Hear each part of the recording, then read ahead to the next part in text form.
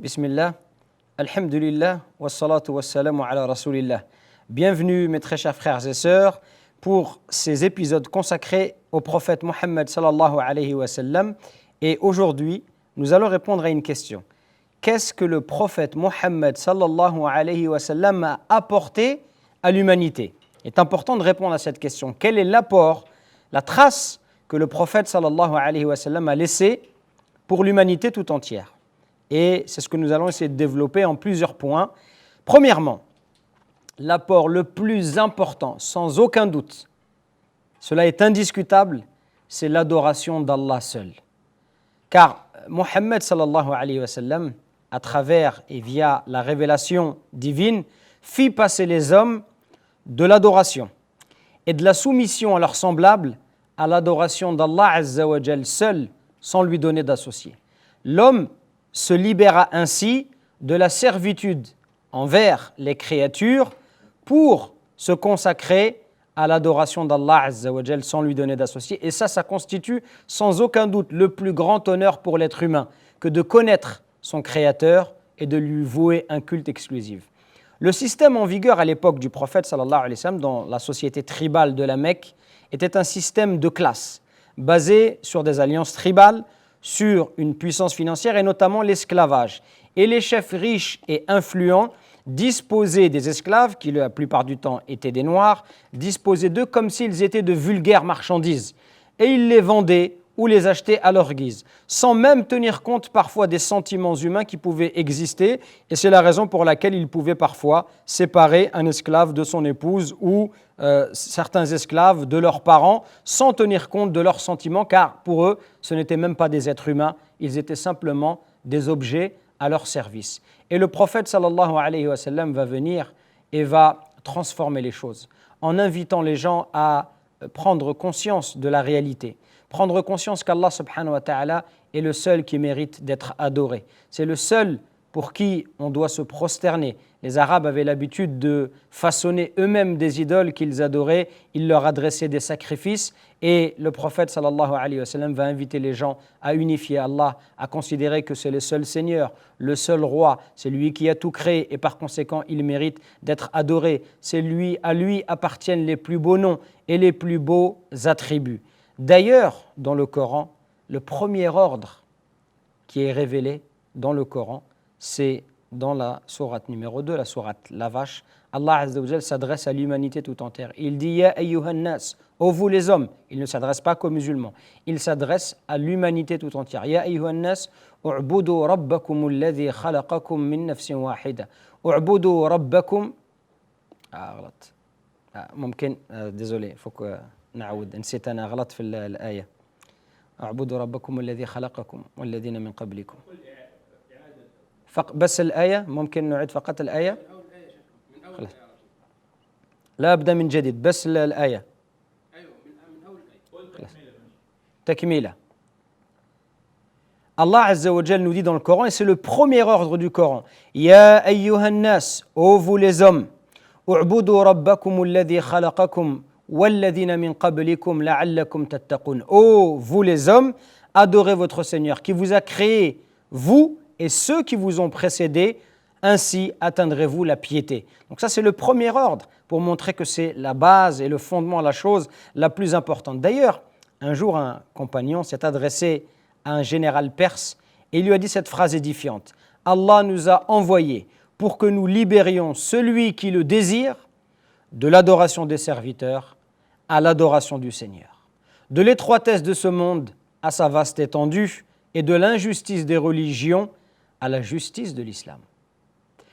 Également, mes très chers frères et sœurs, parmi les apports du prophète Mohammed sallallahu alayhi wa sallam à l'humanité, c'est la libération des esprits des superstitions. Car Mohammed sallallahu alayhi wa sallam libéra l'esprit des hommes, au moyen bien évidemment de la révélation divine qu'il reçut, de son assujettissement aux contes et légendes, de sa soumission aux statues et aux fausses idoles, de son adhésion à des idées qui contredisent la raison et la saine nature, comme l'affirmation qu'Allah Azza wa Jal s'est choisi un enfant parmi les hommes et qu'il l'a sacrifié sans qu'il ne se soit rendu coupable d'un péché ou qu'il n'ait commis une quelconque erreur, mais ceci pour prétendument racheter les péchés de l'humanité. Et Allah subhanahu wa ta'ala, dans le Coran, par le biais, nous invite à utiliser notre raison, à faire preuve de raison, à analyser afin de juger nous-mêmes que les fausses divinités n'ont aucun fondement, que cela ne tient pas. Allah Azza wa Jalla dit dans le Coran ce qui signifie Allah ne sait point attribuer d'enfants et il n'existe aucune divinité digne d'adoration avec lui. Si c'était le cas, Allah il nous invite à réfléchir, si c'était le cas, chaque divinité s'en irait avec sa propre création et certaines seraient supérieures aux autres. Gloire et pureté à Allah, il est bien supérieur à tout ce qu'ils décrivent.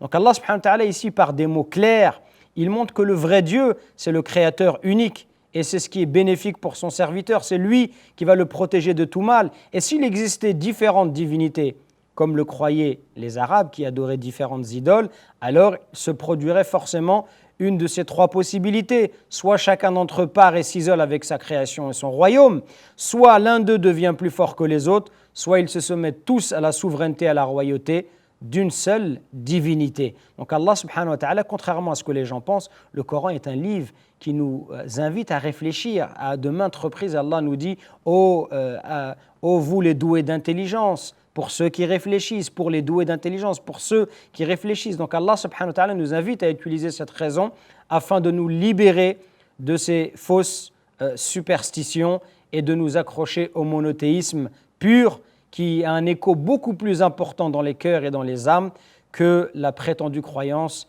qu'Allah est le troisième des trois, etc. Également, mes chers frères et sœurs, parmi les apports du prophète sallallahu alayhi wa sallam à l'humanité, il y a la tolérance et la cohabitation entre les gens. Et le prophète sallallahu alayhi wa sallam, paix et bénédiction sur lui, posa les fondements de la tolérance entre les gens.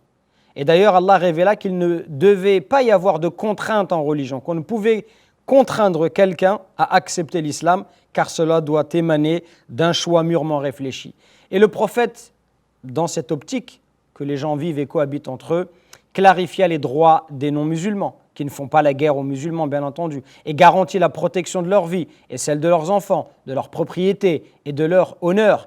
Et pour preuve de cela, c'est qu'encore aujourd'hui, dans de nombreuses contrées, l'on trouve des gens du livre et des non-musulmans qui ont toute leur vie, depuis des générations, des siècles et des siècles, qui vivent dans ces pays musulmans tout simplement parce qu'ils étaient protégés et qu'il y avait une liberté de culte. Il est rapporté que dans un récit, qu'un homme musulman avait un contentieux avec un juif. Et il est parti trouver le prophète sallallahu alayhi wa sallam. Il lui a dit « Est-ce que tu as une preuve ?» Et il a répondu que non. Et le prophète s'est adressé au juif. Il lui a dit « Jure que ce que tu dis est vrai. » Alors le musulman est intervenu et dit « Oh messager d'Allah, s'il va jurer, il va partir avec ma marchandise, avec ma propriété. » Alors Allah a descendu un verset spécifiquement. Ceux qui vendent à bas prix leurs engagements avec Allah ainsi que leurs serments n'auront aucune part dans l'au-delà et Allah ne leur parlera pas, ne les regardera pas le jour de la résurrection, il ne les purifiera pas et ils auront un châtiment douloureux. Pour vous montrer qu'il y avait à cette époque une égalité et qu'il y a en islam une égalité entre le musulman et le non-musulman devant le juge au tribunal. Enfin, pour terminer notre premier épisode consacré à l'apport du prophète Mohammed sallallahu alayhi wa sallam à l'humanité, c'est la miséricorde pour tous. Cette miséricorde qui n'est pas restreinte, circonscrite aux êtres humains, mais également à l'ensemble des êtres vivants. Et il y a beaucoup de hadiths dans lequel le prophète sallallahu alayhi wa sallam parle du respect pour les animaux et les êtres vivants. D'ailleurs, un jour, il a été mentionné au prophète sallallahu alayhi wa sallam qu'une femme faisait beaucoup de prières, mais elle est entrée au feu. Pour quelle raison ? Parce qu'elle avait une petite chatte qu'elle avait attachée, l'empêchant ainsi de se nourrir et de manger les bestioles de la terre. À cause de cette action, elle est entrée en enfer. Et à l'inverse, on a également un hadith authentique dans lequel le prophète sallallahu alayhi wa sallam mentionne une prostituée. Une prostituée, écoutez bien, qui vivait à l'époque des enfants d'Israël et qui est entrée au paradis. Pour quelle raison ? Tout simplement parce qu'elle a vu un chien assoiffé. Elle est descendue, elle s'est abreuvée dans un puits. Et quand elle a vu ce chien, elle a eu de la pitié et de la miséricorde pour cet animal. Alors elle a rempli sa chaussure d'eau et abreuvé ce chien. pour cet acte-là, Allah lui a pardonné ses péchés et lui a accordé le paradis. Donc ça, c'est aussi quelque chose de très important en islam, le respect des animaux, de l'ensemble des êtres vivants, car tous doivent pouvoir bénéficier de la miséricorde des êtres humains, en espérant que cela vous soit profitable. Subhana rabbika rabbil izzati amma yasifun, wa salamun ala al-mursalin, walhamdulillahi rabbil alamin.